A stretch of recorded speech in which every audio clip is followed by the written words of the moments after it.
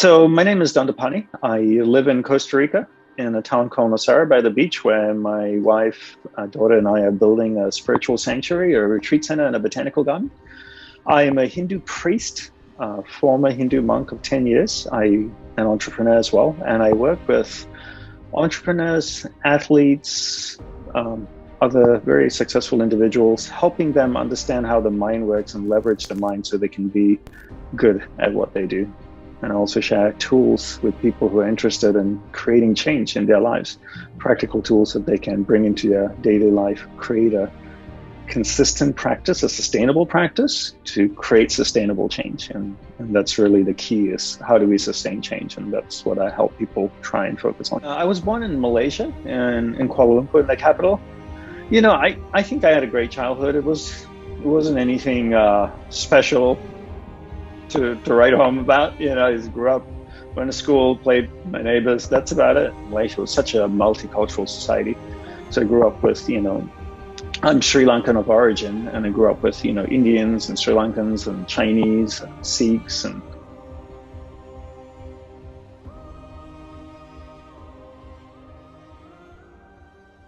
people's understanding of monastic life comes from Hollywood movies, watching Brad Pitt's 7 Years in Tibet, or, David Carradine's Kung Fu, or whatever it may be, that you've seen. And you go like, oh, that's what monks do. They sweep the sidewalks slowly and they talk in a very slow, quiet voice so that you understand grasshopper. Like they're not in a hurry to go anywhere. They're just here, And then you see all these people post this dumb, stupid spiritual quotes on social media, like, just be here, be now, be present. That's it. You don't need to be anything else. You don't need to go anywhere. There's no destination. Just be. I mean, like, be what? Somehow when it comes to everyday life, people are logical and reasonable. But when it comes to spirituality, all logic and reason are thrown out the door. When you put your shoes on, you put your socks, your shoes, and then you tie your lace. 3 steps.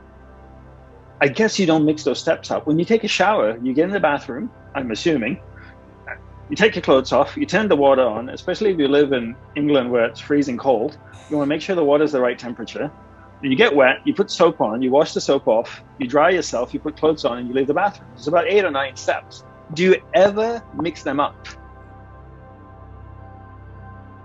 Most people think that when you're on the spiritual path, because they see monks renouncing material possessions and all that stuff, and they go like, oh, material possessions are bad. And that's kind of a common theme or understanding on the spiritual path, that if I'm spiritual, I shouldn't be wealthy. Money is the root of all evil. I shouldn't have material possessions.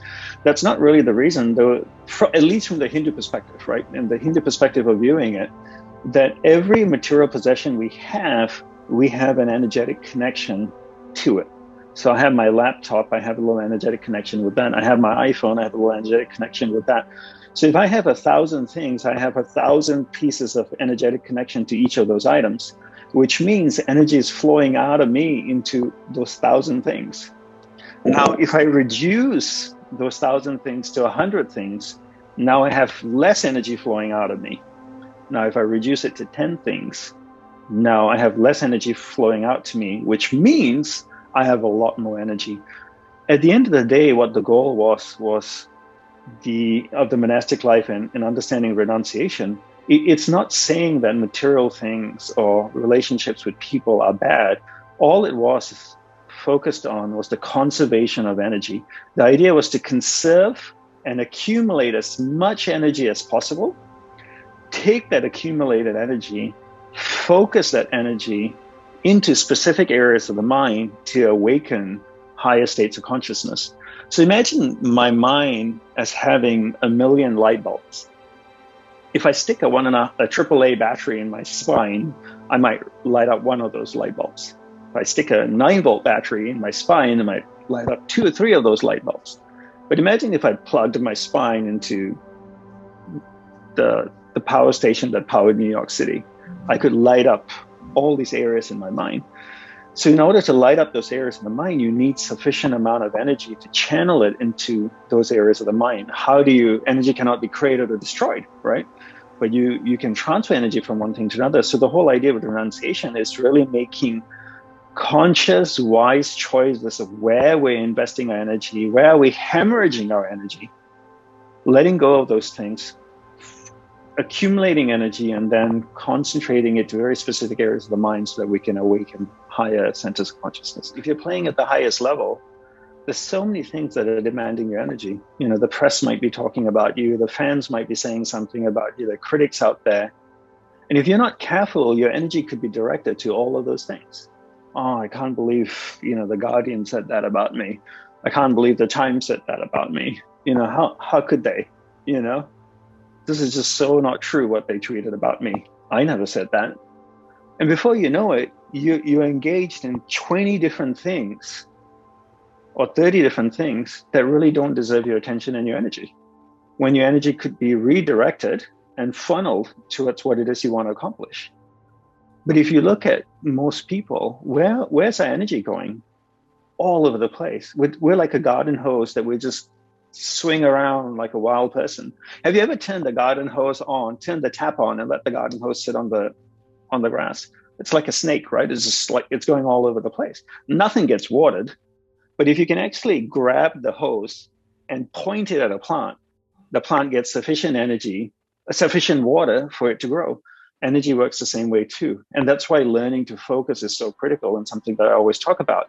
Because at the end of the day, if you can't focus, then you can't focus your energy. And if you can't focus your energy, nothing grows. And people's energy is going all over the place and nothing ever manifests in people's lives. And then they wonder why, the whole visualization, law of attraction thing doesn't work. Well, you can't bloody focus. That's why it doesn't work. When I was a teenager, we migrated to Australia and I did a bit of high school there, university. And then when I graduated from university, I moved to Hawaii, where I lived as a monk for 10 years. For me, at that point, was really trying to find a teacher that could guide me. And I met many monks along the way. As a kid, my parents would take me to go see, because I'm a Hindu, and whenever a Hindu monk or Swami guru would come to town, we go see him and listen to what he had to say, or she had to say. And though they all had wonderful things to say, I just never resonated with any of them. I felt a lot of them inspired and motivated, but didn't have practical tools. After I graduated from high school, I was still looking to find a monastery I could join, and I didn't find one that really resonated with me. And I just didn't want to join any monastery and give up my whole life. I wanted to find the best. And then it wasn't until I met my guru when I was about 21 years old that I realized he was the right teacher for me. The setup, the way he taught, the way he trained his monks, his whole setup that he had was perfect for me. It doesn't mean it's perfect for everyone else. It just worked for me. So I wanted to quit my degree halfway through and join his monastery, but he made me finish my degree. And as soon as I knew I passed my last exam, I jumped on a plane and went to Hawaii.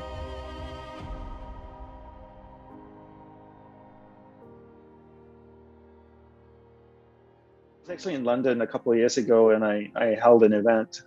A gentleman at the event asked me, he said to me, Dandapani, I do meditation in the morning and I do some breath work. I hear you talking about affirmations. Should I incorporate that into my morning routine?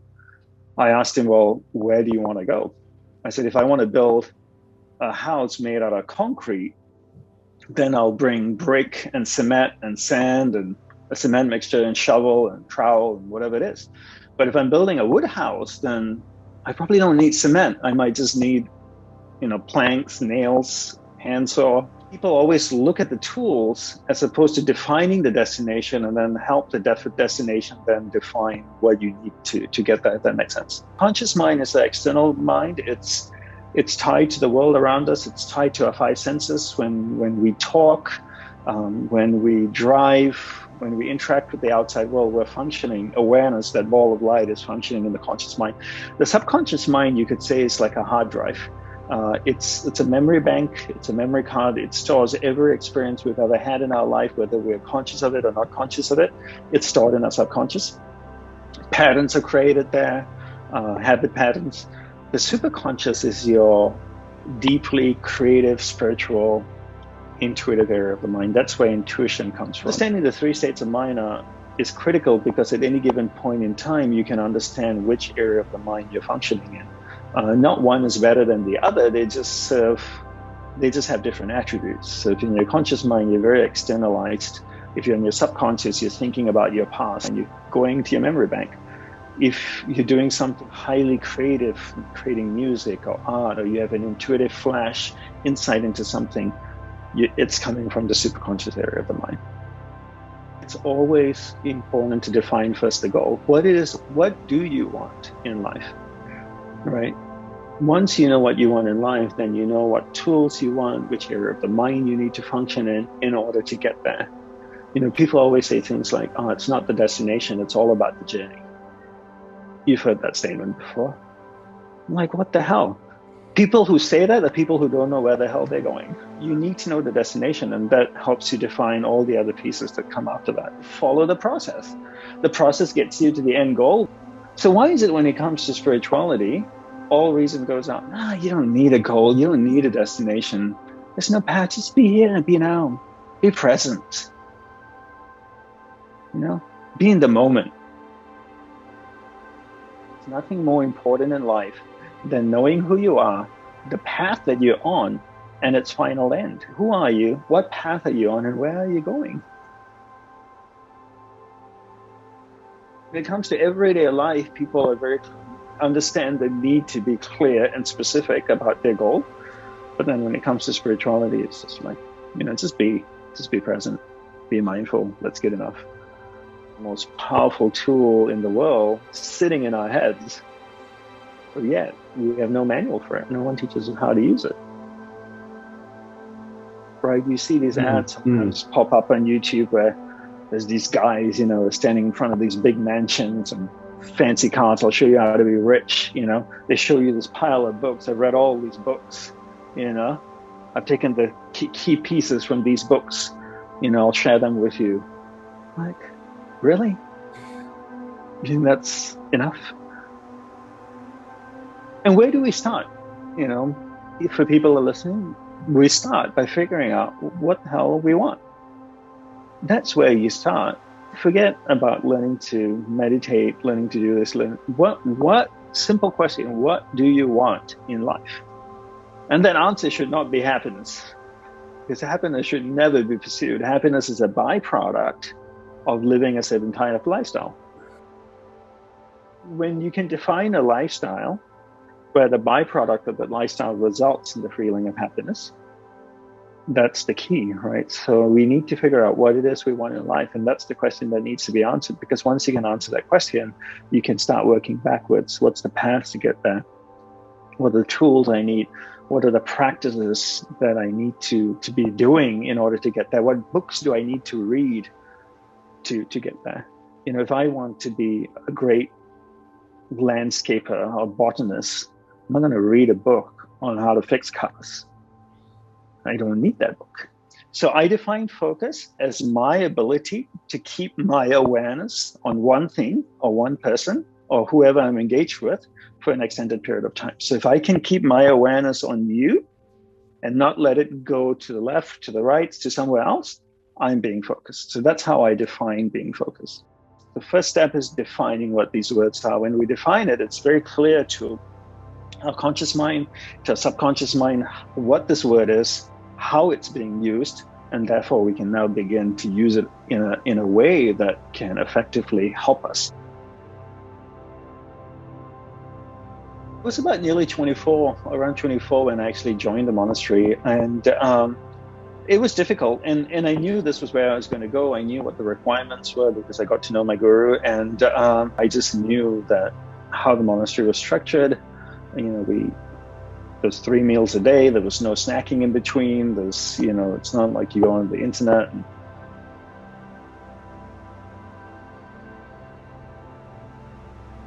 As I approached the end of my university career and knowing that I would be going to the monastery, I just started giving up things. I would eat a Mars bar and go, okay, this would probably be the last Mars bar I ever eat in my life. So I'd enjoy it, and then I had one again, I'd be okay. It wasn't the end of the world. I'd get a smoothie or a cup of tea or anything else and know that, okay, I may never have this again, and that's okay. So I got to one thing at a time as I went through the last few years of my life in the world. Who can guide you? But no one can guide you if you don't know what you want. And what you want cannot just be vague statements like, I want to be happy. I want to live an amazing life. What does that mean?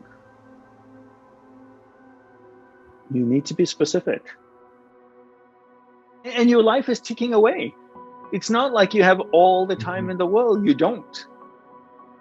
Because people always say life is short. It's not short.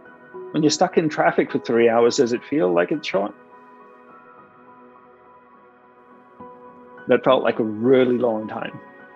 So at that point, you can't really say life is short, because that 45 minutes seems like eternity. So life is not short, it's finite. And what I mean by finite is there's a clear, definitive end to it. We just don't know when that end is. As soon as you're born, like a timer started and started counting down. We just don't know what that number is. It could be a year. Babies die all the time. It could be 90 years.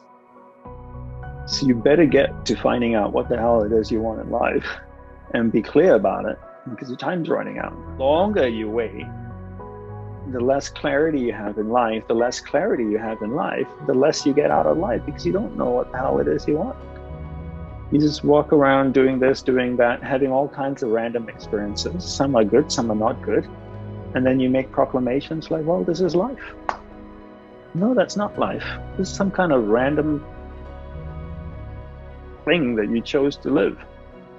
Get clear. People get so used to repeating sayings that they hear all the time. Life is all about a journey. It's about having experiences.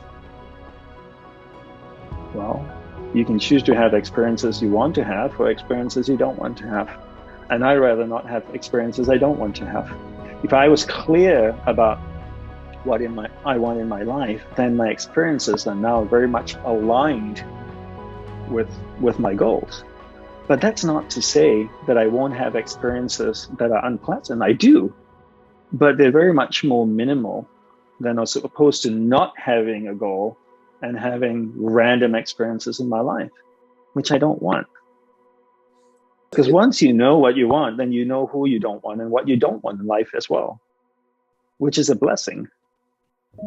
People need a sense of purpose. And if people don't have a sense of purpose, they feel lost, they feel depressed, they feel unwanted, unneeded, they're not contributing. Kids feel the same way too. If they had that clarity, it would bring greater meaning to their life. Right? When kids don't have a purpose or something greater need to do something, then they don't feel any importance. Then where do you channel all that energy? Energy is so powerful, right? And energy has the ability to create things. So if you don't have a point of focus for the energy to flow, then it's going to go all over the place. Just take water coming down from a mountain. If it was spreading all over the mountain, that's one thing. But if you could channel all that water down a river or a river, you could harness that water, generate electricity, use that for, irrigation, all kinds of things. Energy is the same way. When you have a central purpose, it's almost like you're channeling all that energy to one place. Then it's easier to manifest things, to create things that you want. As a result, people feel happier, more fulfilled. But when you don't have that, then it's just going all over the place. Sometimes it's invested in things and people that we don't like, that are not aligned with us, which results in experiences that are unpleasant. And it just creates complication. We all want a sense of purpose, a sense of meaning, a sense of belonging to something. I think what people don't realize is that we build attachments to so many things in our life. Simple things, How many times a day does someone open the refrigerator to look inside to see what's there to snack on? Pick up their phone, scroll through something, or, turn on the TV. We have all these things, all of that stripped away from me. And you just don't realize how much of those things are part of your life until you're put in a position where you don't have access to them. I began stripping that, bit by bit in the last 2-3 years from my life in preparation for monastic life. Definiteness of purpose. being crystal clear of what it is you want. And that's the starting point. Law of attraction is something people love, right? Vision boards and doing all that kind of stuff. I'm going to attract it into my life. The universe is going to get together to manifest this for me. Really? But again, no clarity in what it is you want to manifest. What is it you want? I want a man in my life. Okay. What type of man? One who beats you, one who loves you, one who cooks for you, one who will have wonderful conversations with you. You have to get specific, right? Because even before you can start to manifest anything, if you don't have clarity around what it is you want to manifest, you can't. So even when I work with athletes or business people, with an athlete, it's like, what specifically do you want to achieve? Do you want the golden boot? Do you want the Champions League? Do you want the Wimbledon? What is it you want? Once you have that clarity, then you know where to channel all your energy. You know what to visualize in your head. You can start to do the processes that need to be done in order to create that. Everything manifests in the mental plane first before it manifests in the physical plane. You think about it, you have an idea, all that stuff, but it starts in your head. And you simply cannot give more.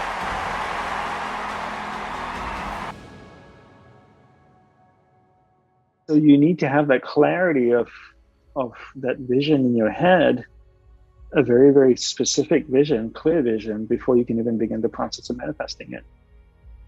Once you know what you want, you know what you don't want. Knowing what you want allows you to know what you don't want. And that's why we need to spend time figuring out what it is we want in life. We need to dedicate that. People that I work with are extremely successful.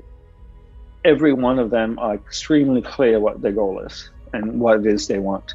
What they are looking from me is having a better understanding of the mind so that they can leverage it to get to where they are. So they've been trained in the particular sport that they are in, the particular business that they're running. They know it inside out. But what they haven't been trained in is in the mind. Because nowhere in their journey to where they are today has anyone sat them down and taught them the inner workings of the mind. How does the mind work? How do you learn to harness it? How do you learn to control it? How do you learn to focus it? Understanding the different states of mind. How do they impact your day-to-day decision making? What are we trying to achieve in the next 1 month, in the next 3 months, in the 6 months, in the next 1 year?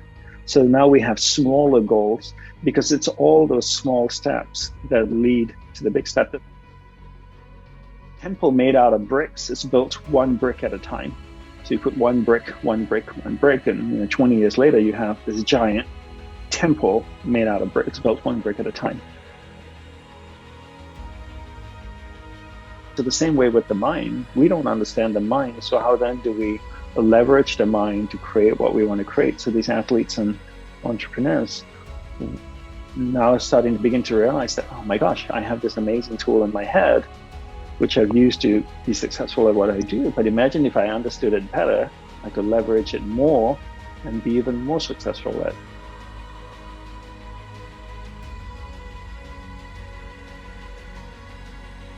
Also think through of the other goals of how do we create it so that it lasts 50 years to last 300 years. What are the things we need to think about?